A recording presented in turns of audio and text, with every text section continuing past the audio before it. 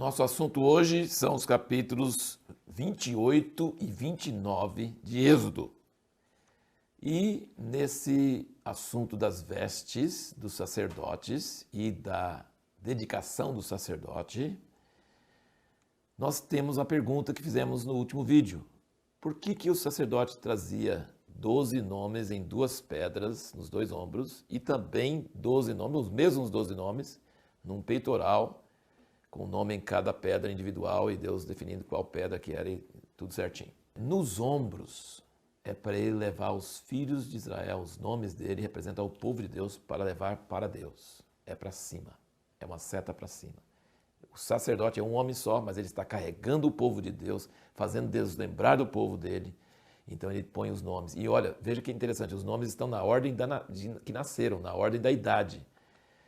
Na bênção que Jacó deu para os filhos, ele mostrou que alguns não foram muito bem, que Deus passou Rubem, Simeão e Levi, escolheu Judá para ser de onde viria o Messias, mas na ordem do sacerdote, é na ordem que nasceu mesmo, não tem nada a ver com o comportamento, o merecimento dos primeiros patriarcas lá.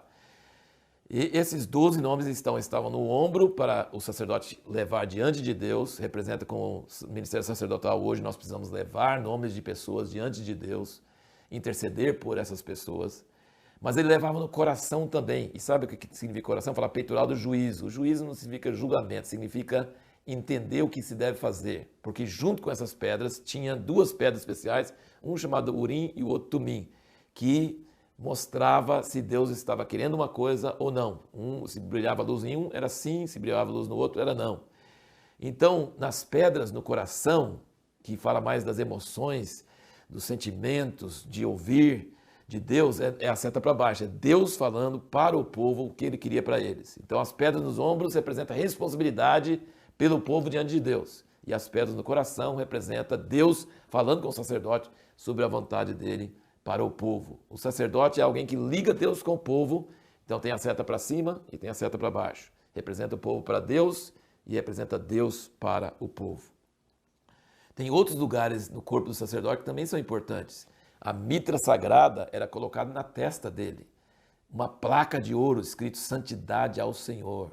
Significa que os pensamentos precisam ser separados para Deus. Isso mostra que sacerdote não pode estar envolvido com pornografia, com fuxico, com murmurações. O sacerdote precisa ter uma mente limpa, santa, separada para Deus. Nossa mente é muito importante. E na dedicação dos sacerdotes, você vai perceber que puseram óleo da unção e sangue na orelha direita, no polegar direito e no dedão do pé direito. Significa que nosso caminhar, nossas ações, nosso escutar, nossa mente, nosso coração, nossos ombros, todos são lugares importantes para o sacerdote. Uma outra coisa que eu queria que você fosse comigo, né? Caminhasse comigo, sentisse em 3D, 4D, sei lá. Entra no tabernáculo e veja como os 5 sentidos estão envolvidos. Primeiro, a glória das pedras preciosas brilhando, do ouro, da prata, do bronze. Então, coisa visual, vermelho, né, carmesim, roxo, púrpura, né, azul, branco, né, uma festa de cores e coisas maravilhosas para se ver.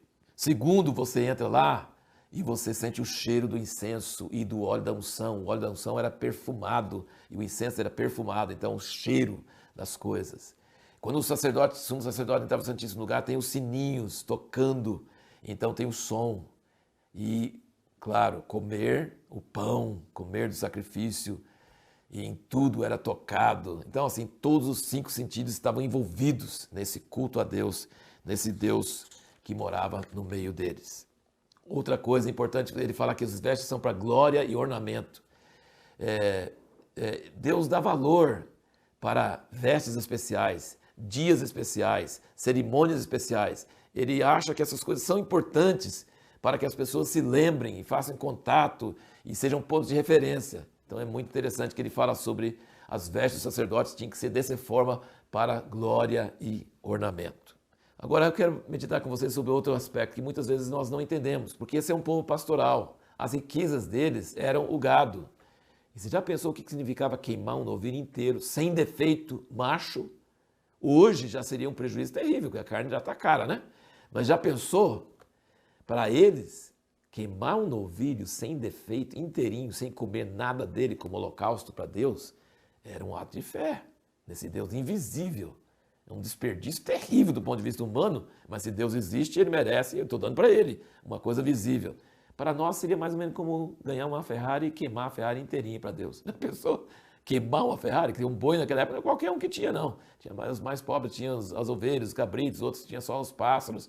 Então você queimar animais em holocausto a Deus, cada dia, um cordeiro de manhã, um cordeiro à tarde, era uma demonstração de fé, um aparente desperdício, mas produzindo um cheiro suave para Deus. E Deus desde Abel já tinha mostrado que ele gosta de cheiro de churrasco, né? Brincadeiras à parte, Deus estava usando todos esses animais para mostrar que o filho dele viria no futuro, que é o verdadeiro cordeiro, e que isso que ia resolver o problema do pecado do homem. Terminando, tem duas coisas que eu queria chamar a sua atenção sobre a questão do tabernáculo. Ele é chamado tabernáculo do testemunho, que eu já comentei, que é o lugar onde guarda os 10 mandamentos, que é o testemunho de Deus sobre quem ele é, como ele é.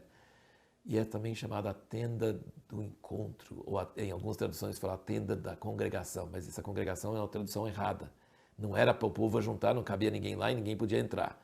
Não era a tenda da congregação, é a tenda do encontro marcado. Então, é a tenda do testemunho, onde tem a palavra escrita, e é a tenda do encontro de Deus com o homem para falar o que ele quer que você faz cada dia. Nunca Deus deu a sua palavra escrita para não precisar dele falar hoje. Ele sempre deu a palavra escrita como base para ele falar hoje. Mas nunca ele falou que não precisava ouvir a voz de Deus para hoje. Não, você já tem a Bíblia, não precisa mais nada. Nunca ele falou isso. Ele sempre falou, ali virei a ti e falarei contigo. E são 2 lugares no tabernáculo que ele fala isso. Ali virei a ti. Entre os querubins, lá na arca, no Santíssimo Lugar, e a porta da tenda do encontro marcado, onde virei a ti e falarei contigo. Esses são os 2 lugares onde ele fala que ele vai falar com os filhos de Israel. No próximo vídeo nós vamos ver uma aparente discrepância na Bíblia, porque em Hebreus diz que o altar de incenso ficava no Santíssimo Lugar, junto com a arca. Mas aqui em Êxodo fala claramente que não ficava. Por que tem essa diferença? Hebreus está errado? Êxodo está errado? Ou nenhum dos dois está errado?